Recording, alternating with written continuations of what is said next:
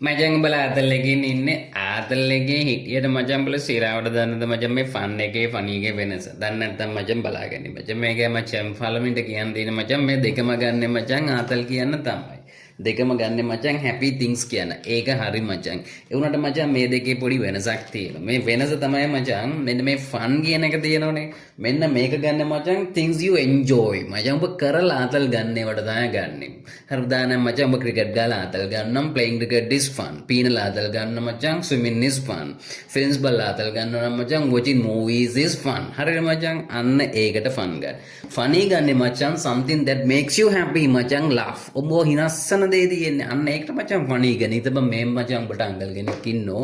ඌ මචං ඔබට නිතර ආතල් කතා කරලා උඹ හිනස්සනවා මචං එතකොට අංකල් මචං ඔබට ෆන්ද ෆනීද මචං අංකල් උඹ හිනස්සනෝනේ එහෙනම් අංකල් මචං ඔබට ෆනී වෙනවා මචං හරි මචං එහෙනම් my uncle is funny